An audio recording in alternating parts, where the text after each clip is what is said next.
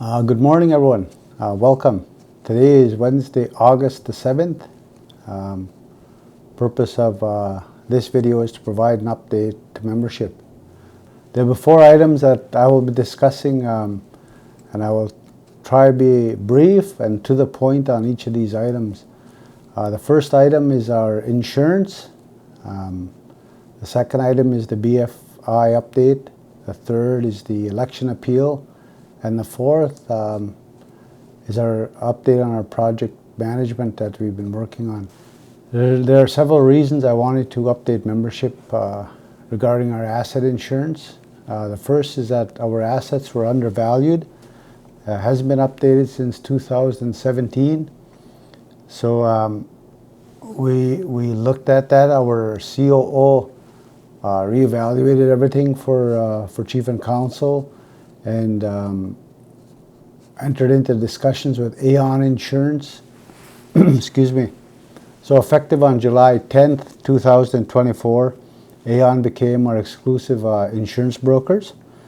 Then the second reason I wanted to update community with the BFI, or with the asset insurance rather, is that our old insurance up to 2017, the first payee on our insurance for our school, our arena, etc., was Bridging Finance, BFI. So should anything have happened in years previous, then the first payee on insurance would have been BFI. They would collect the insurance in the event of a fire or anything of that nature. So I think this is an indication that we are working to ensure our assets are properly protected,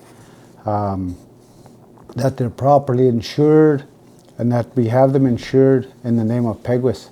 So Peguis is now the first payee on all our assets, and that's the way it should have been from the beginning. The second update is related to BFI.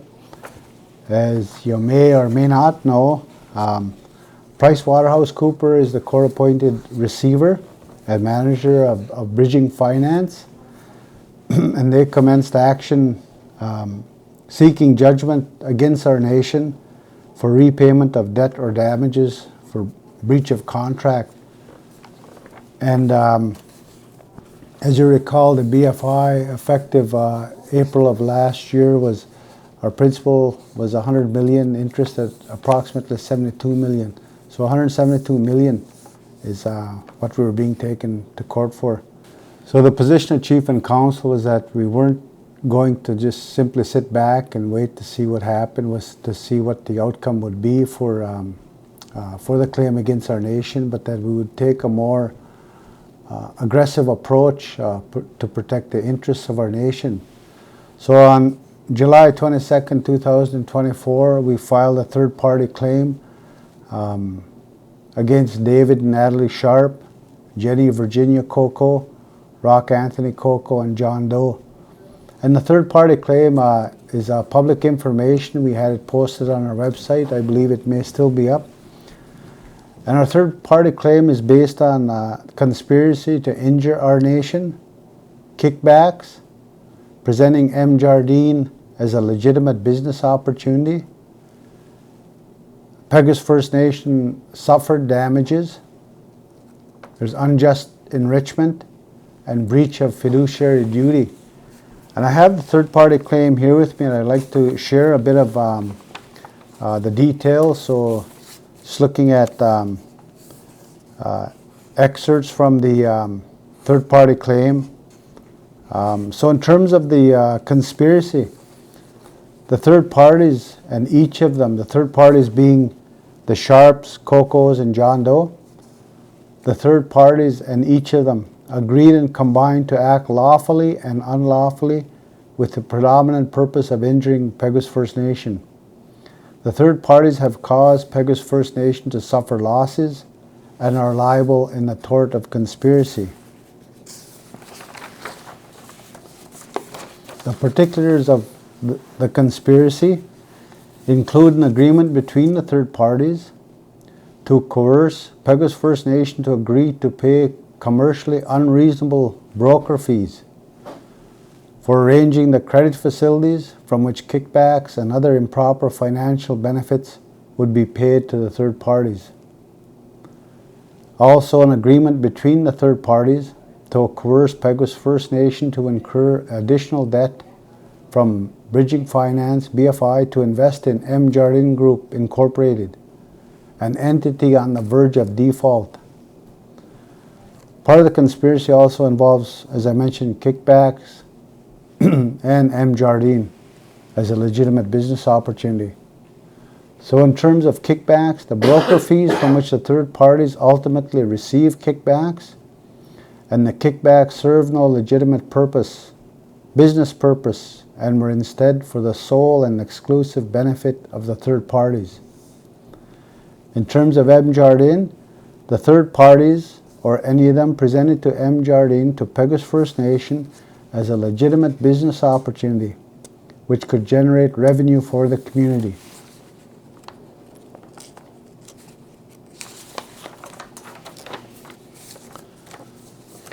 Damages to Peguis First Nation. The third parties have caused Peguis First Nation to suffer damages. Unjust enrichment. The third parties have been enriched by the kickbacks. Breach of fiduciary duty. Peguis First Nation says that the third parties, or any of them, owed Peguis First Nation a fiduciary duty that required the third parties to, among other things, avoid conflicts of interest and self-dealing, and to act with honesty, integrity, and in good faith in their dealings with Peguis First Nation. The third parties, or any of them, breach said fiduciary duties when the third parties, or any of them, encouraged, facilitated, or coerced Peguis First Nation to pay the kickbacks and to invest in M. Jardine as alleged herein.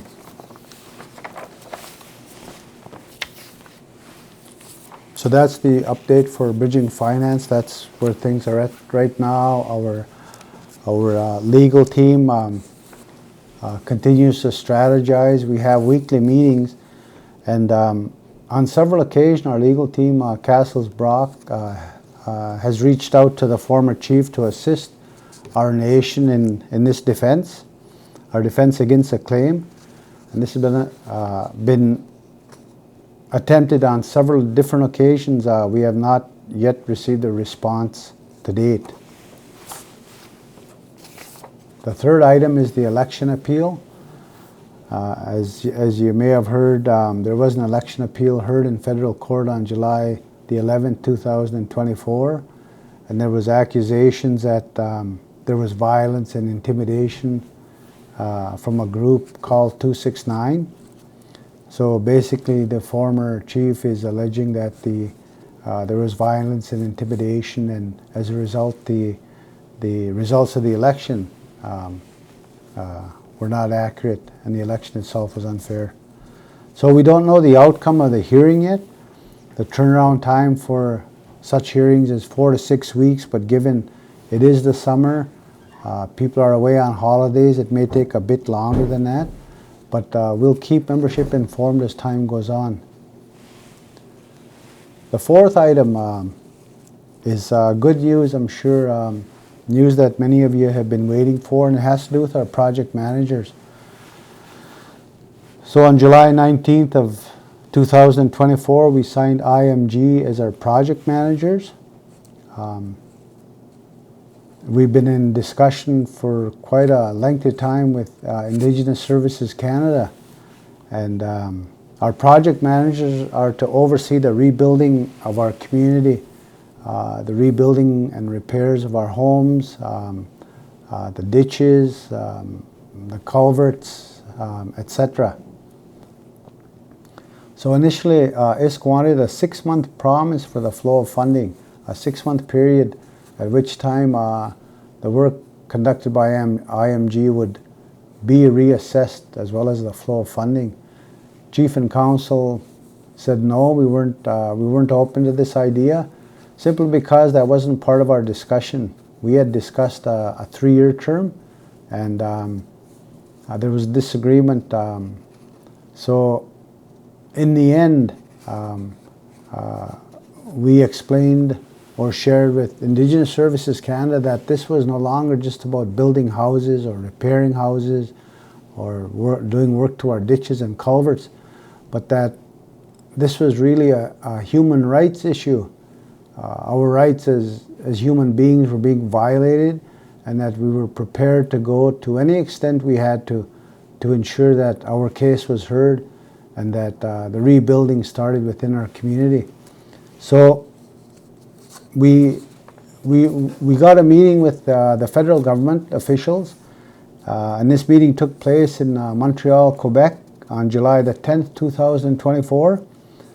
From that meeting, ISK agreed with assurances that we would receive the funding as we had discussed, and we asked for it in writing, so we got it in writing, and that led to the signing on of IMG. And it's worth noting that the funding for all the work to be completed through our project managers, their fees will be covered directly from Indigenous Services Canada. It would not come from the budget of our nation, so it's in no way going to affect our funding. So submission 3 was made on August the 2nd, 2024, and it's submission 3 because there's a number of submissions that we have to go through in order to have all the work carried out. So submission 3 we submitted first, IMG submitted first. The reason for that is we wanted to establish a process that would allow us to be responsive, build our homes, repair our homes, do the work to the infrastructure that was required more efficiently, effectively.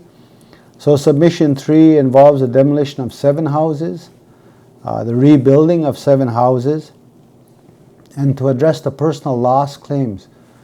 This is going to be a lengthy process, but to all those that have been affected by loss due to the flood, that those claims will be redirected back to the homeowners. On August the 9th of 2024, another submission was made, submission 1. So it's a building of 50 plus houses. And the important part to the rebuilding of our nation is that it's Peguis first. We will use our own people, our contractors, our carpenters, plumbers, electricians, etc. They will be the first to be hired. And the homeowners, again, will get the, it'll be their choice as to whether they want an RTM, a ready to move, or else a stick built, or a modular home. The band shop yard across from the band office here will be the site where our homes some of our homes will be built, while other work is being done in terms of the infrastructure required once the home is moved. So one of our goals for setting up things like this, one of the things we want to do is we want to generate our own revenue for the community. An idea that has come to mind from council is that we will purchase our own lumber. So there's going to be a lot of houses that are being built, and it only makes sense that we purchase our own lumber. So that's really good news for our community, that the rebuilding of our homes and repairs to our homes, rebuilding of our nation will be starting very quickly. And you may notice already across at the band shop area, they're leveling the ground, ready to prepare the site for the building of the houses. So that's the update effective this date. As more information becomes available, we will share it with community. Just on a final note, I've received a number of calls regarding the cows and plows and the tree annuity payments. We have not initiated anything in that regard yet, but once we do, membership will be informed every step of the way. So, miigwech, thank you for your time. Enjoy the rest of your week, and look forward to the next update that we can provide membership. Miigwech.